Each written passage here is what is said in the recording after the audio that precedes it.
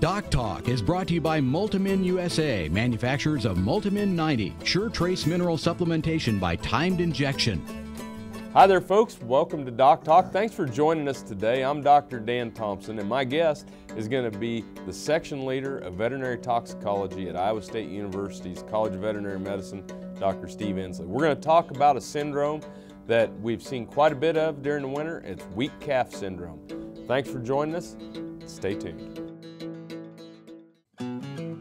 We own and operate Green Mountain Angus Ranch out of Rygate, Montana. We've been in the Angus business for about 30 years now. We've been using the Multimin product for about 7 years. We started using it off the recommendation of our embryologist. He suggested that we give our recip cows a shot prior to putting embryos in. We had a real good conception rate that spring, and we've been using the product ever since.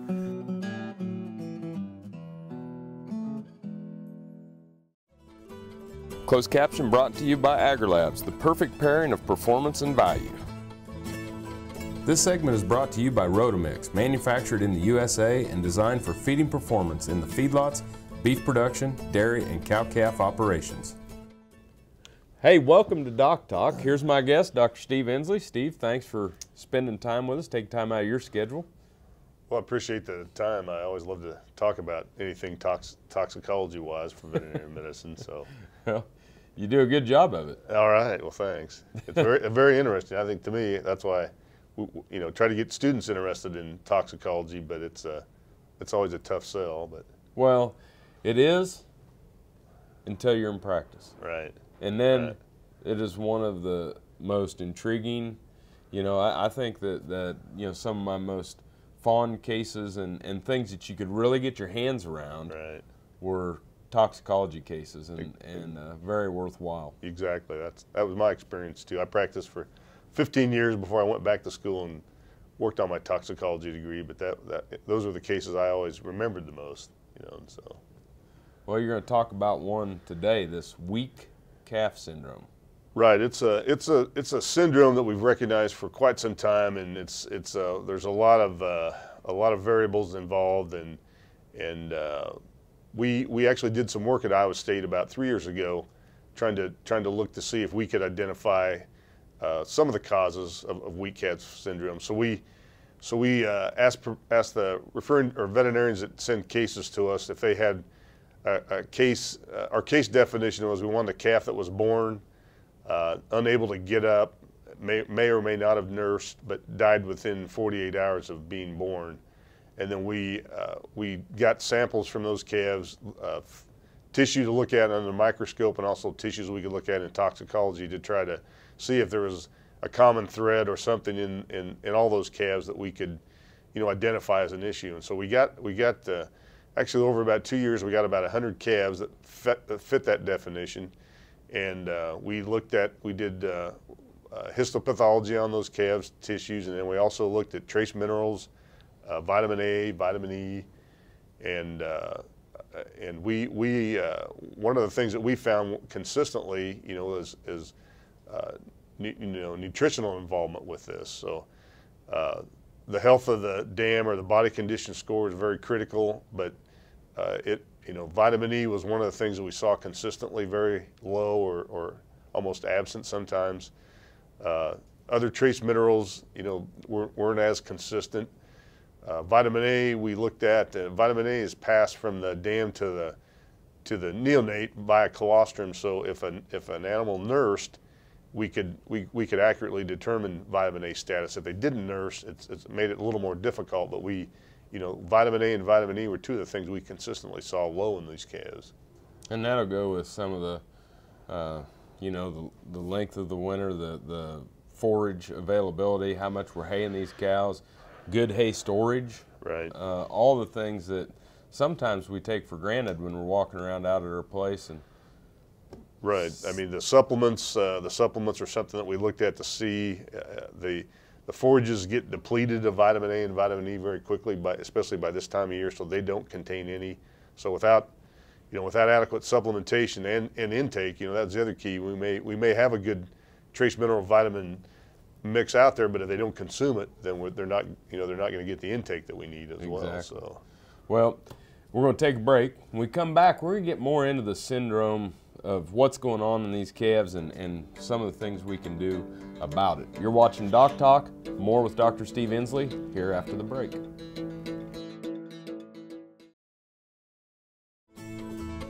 This segment was brought to you by Brute Cattle Equipment, makers of the Brute Stealth Hydraulic Chute. If the chute fits, swear by it.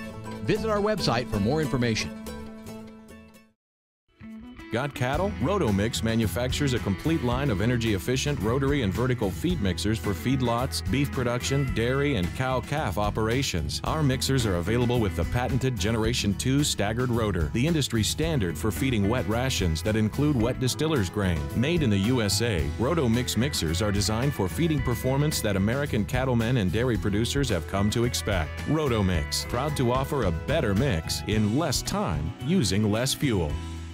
Working your cattle just got easier. Introducing the new VetGun delivery system, a new way to apply topical insecticides to your cattle. The VetGun lets you remotely treat cattle with effective parasite control, so you can do it from an ATV, on horseback, or just walking among the herd. It's that simple. The proven topical insecticide AML VetCap is used with the VetGun. It works fast to control horn flies and lice while minimizing stress on your cattle. Fast, easy, effective. VetGun. Check with your animal health supplier for availability. Valley Vet Supply is devoted to providing information and professional quality products at reasonable prices. Valley Vet Supply.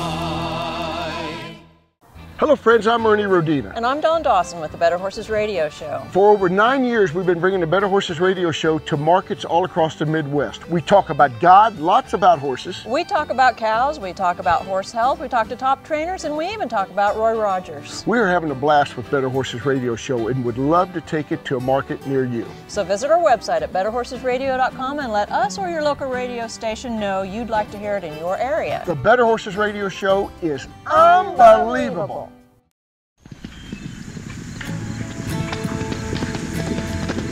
You know, I think people are just kind of born with a passion.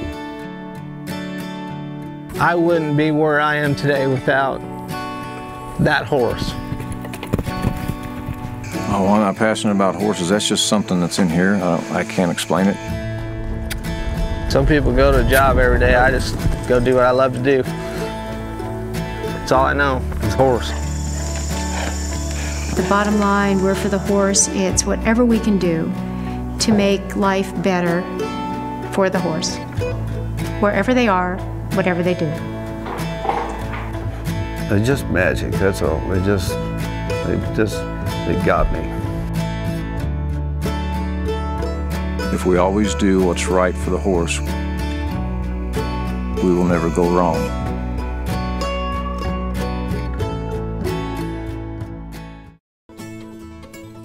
This segment is brought to you by Norbrook Laboratories, manufacturers of Enroflox 100, the newest addition to your arsenal for treating bovine and swine respiratory disease. Folks, welcome back to Doc Talk. I'm Dr. Dan Thompson here from Kansas State University, and my guest is a Kansas State University College of Veterinary Medicine alumni who is now the section leader of veterinary toxicology at Iowa State University, Dr. Steve Inslee, who's an Onega, Kansas native, if people know where Onega is. A lot of people around here do. Really? Yeah, Oh, usually I didn't think anybody but me knew where that was. Well, in northeast Kansas, Onega, you at least got to go through it to get there. Right. So it's hard for me to get used to you in red. Yeah, well, I've been at Iowa State for quite a while now, and it's a great veterinary school. K-State is a great school. Iowa State's got a great school. It's actually where veterinary toxicology started, and that's where my one of my interests were to be able to go to Iowa State. Is they've got great great laboratory support. Unfortunately, veterinary toxicology takes a lot of expensive instrumentation, and because Iowa State was the first really diagnostic lab to do veterinary toxicology, they were able to build up a nucleus and of people and equipment that makes what I do a lot easier. Strong history. It is strong history. So let's talk about this weak calf syndrome, and what are some, I know we said there's calves that are weak and die in the first 48 hours, but kind of run me through what looking like? And well, normally the primary cause of death in neonatal calves is diarrhea, and when we have a producer that you know, has high calf mortality, and you know, it's not diarrhea or it's not respiratory disease, then we, you know, try to investigate and see what the issues are. And you know, many times this weak calf syndrome is multifactorial. You know, dystocia, how fast the calf is born, how you know, the colostrum intake being adequate, and then you know, definitely the nutrition of the dam is very key in this syndrome. And so the calves will be born weak, can't get up, you know, no response to treatment at all.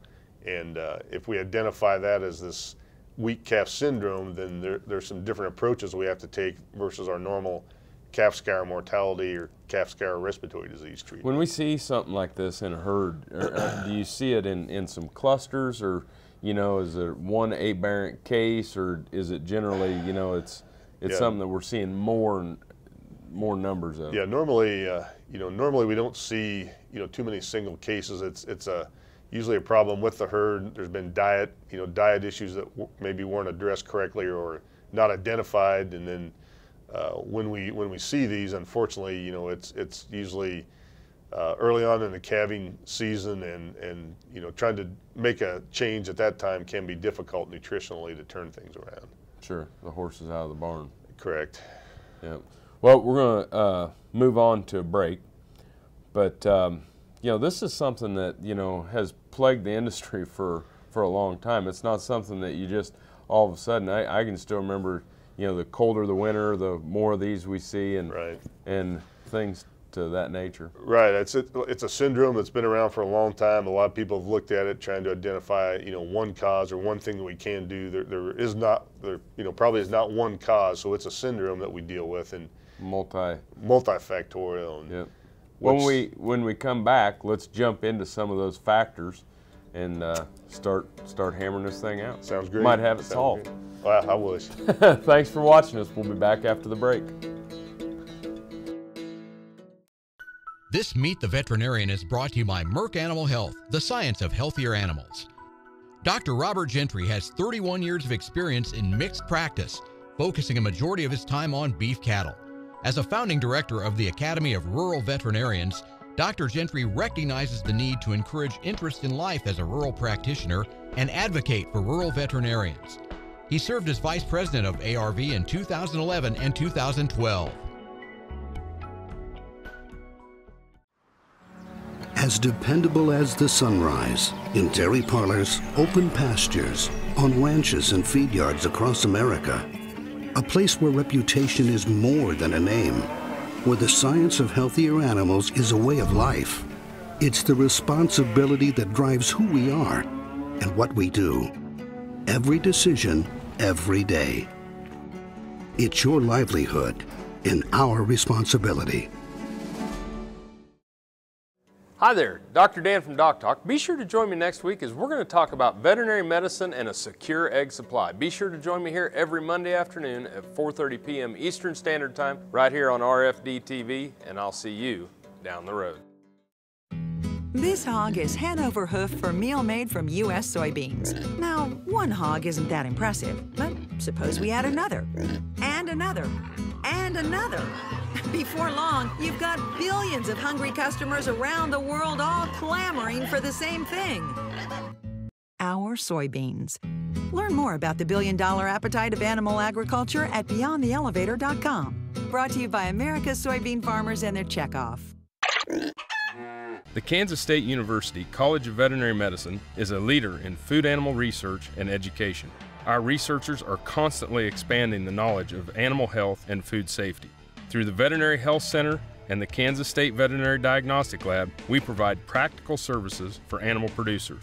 Home of the Beef Cattle Institute, the college is committed to animal welfare training and research.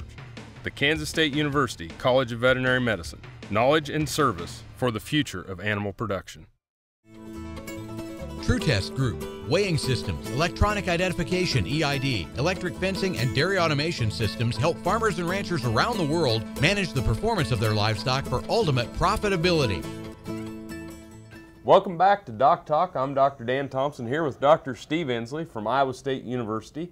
And we're talking about the weak calf syndrome. And as we left, we're talking about the, kind of the multifactorial. And we hit on the nutrition side with the trace minerals and vitamins and making sure that we have those. Copper, vitamin A, vitamin E in there. What are some of the other factors that are maybe? Well, those are as far as for my lab and what we like to look at, those are things we like to get a liver from the calf. That's the best source to try to measure these. And so we'll look at trace minerals. We've got a panel now. We've got an expensive piece of equipment where we can look at multiple minerals at one time on one analysis. So we've got about 13 that we actually look at in our panel. And then we look at the vitamin A and the vitamin E concentration in the liver, so we can see if those are, if those are part of the problem or some of the issues with the weak calf syndrome. And nutrition is one part. There's other infectious disease, dystocia, a lot of other factors as well. But that's something that we feel like we can identify quickly with our analytical ability now, and see if that's involved or not, to know whether we need to correct that or not. Well, and then if some of these calves are nutritionally challenged and go through dystocia, right. You just kind of get that stair-stepping effect of stressors. So that's why the weak calf syndrome can be extremely frustrating, I know, for the owners, because we talk about it as a syndrome, and being, there's a lot of factors involved, and we need to identify what they are as quickly as possible and try to correct the things that we can. And for me as a veterinary toxicologist, nutrition is one of the things that we look at, either too much or not enough. And in this case, it's usually, not enough trace minerals or vitamins that are involved in many of the cases that we see. So when we think about this, are there certain years that are worse than others? Right. We've had in the Midwest, 2 years at least of back-to-back droughts. So our forages don't usually contain the vitamin A or vitamin E that we would normally, or trace minerals as well. So because the forages are stressed, that's an abnormal situation, and it's the weak calf syndrome has been more of an issue the last 2 years because of drought, and particularly this year, the winter 2013-2014 has been long, drawn out, very cold, a lot of moisture, and just more challenges for the cow-calf producer to try to stay on top of. Sure. When you one of the things that I always remember somebody was mentioned as far as the disease aspect, they always mentioned BBD potential. Is there any correlation? We looked at ear notches on all those 100 calves that we had in our study that we looked at, and we did not find one calf that we thought was persistently infected or potentially viremic from BBD. So but that doesn't mean it's not involved. I think BVD is very common and a part of this syndrome. So we didn't see it in the calves that we looked at, but that doesn't mean it's part of the whole issue for sure. Sure. Well, let's take a break. When we come back from the break, we're going to talk more with Dr. Steve Inslee and wrap up today's show talking about weak calf syndrome. We appreciate you watching Doc Talk. More after the break. Hi there, Dr. Dan from DocTalk. Be sure to join me next week, as my guest will be Dr. Daryl Trample. Dr. Trample is a poultry veterinarian who's going to talk about the plans for a secure egg supply and some of the things surrounding animal welfare and egg production. Be sure to join me here every Monday afternoon at 4:30 p.m. Eastern Standard Time right here on RFD TV. And I'll see you down the road.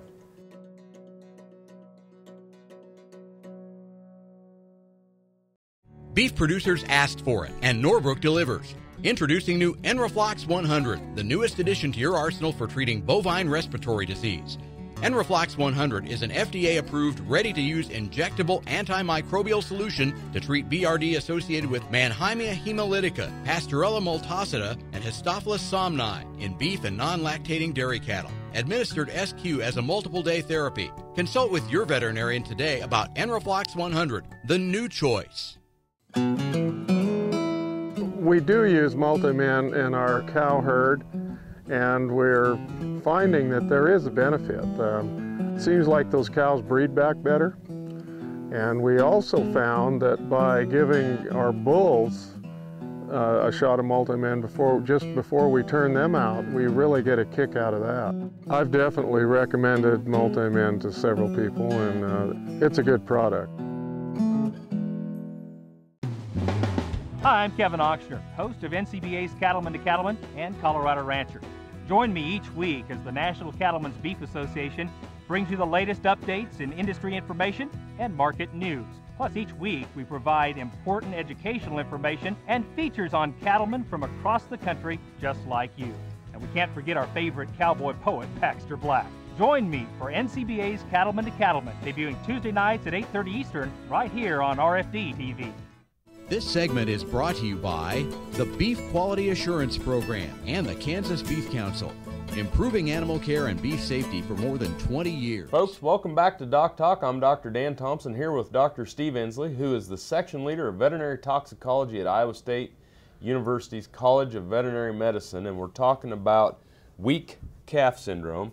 And what are some of the things that people need to watch for as far as you've seen risk factors or things associated with weak calves that we might not think about? Well, typically in Iowa or in the Midwest in general, there's, in the last 10 years, we've seen a real increase in ethanol plants and so distiller co-products or corn co-products because of that ethanol industry. So in Iowa, we use a lot of these feeds because they're inexpensive or less expensive than corn, and they provide a great feed source for cattle. The downside is that the sulfur concentration in these feeds can be variable and sometimes very high. And the high sulfur feeds are associated, one of the things that we associate those with commonly is polio in feedlots. But we also see in mature cows, beef cows especially, when they're on a diet that's got high sulfur and they're on it continually, because it's inexpensive, particularly the corn syrups we have, and they can be very high in sulfur. They will interfere, the high sulfur in the diet will interfere with uptake of trace minerals and vitamins as well. Copper is the key one that we initially saw a lot of issues with and continue to see problems with copper deficiency associated with high sulfur feeds, but also some of these other trace minerals zinc, selenium, we think are associated as well, and vitamin E. So, well, make sure you have a good trace mineral program, work with your local co-op, local nutritionist, even veterinarian can know a little bit about nutrition despite some of our antics back and forth with our nutritional colleagues. But one of the things too I think that's really interesting is the lab that y'all have and the testing that's available. So if people want to send in feed samples to you, what kind of testing? We're very fortunate at Iowa State to have a full service laboratory yet. I mean, of the veterinary diagnostic labs in the U.S., unfortunately a lot of labs don't do their analytical chemistry now in-house because of the expense of the equipment. One of the pieces of equipment that we have that's used probably heavily or as much as any piece in there is we have an ICP mass spec that will do this multiple mineral analysis all at one time. And it's about a $200,000 piece of equipment, but it's very, if you're going to look at trace minerals and you want to do a quick job and be comprehensive, it's what you have to have in order to do that. And fortunately, we have that in our lab, and it's a very high throughput instrument we depend on weekly, especially this time of year. I was going to say, you probably get a lot of samples. Right. We're becoming more of a regional lab. A lot of the other labs around in the Midwest, don't have a veterinary toxicology analytical section like we do. So, that's great for us to see these other samples come in that we get to work with. Well, thanks for being on the show today. Great information. All right. Thank you for watching Doc Talk. Remember, always work with your local veterinarian. And if you want to find out more about what we do at Doc Talk, you can find us on the web at www.doctalktv.com. I'm Dr. Dan Thompson. Thanks for watching the show today, and I'll see you down the road. Closed caption brought to you by AgriLabs, the perfect pairing of performance and value. For more information about this program or previous programs, go to DocTalkTV.com. DocTalk was brought to you by Multimin USA, manufacturers of Multimin 90, sure trace mineral supplementation by timed injection,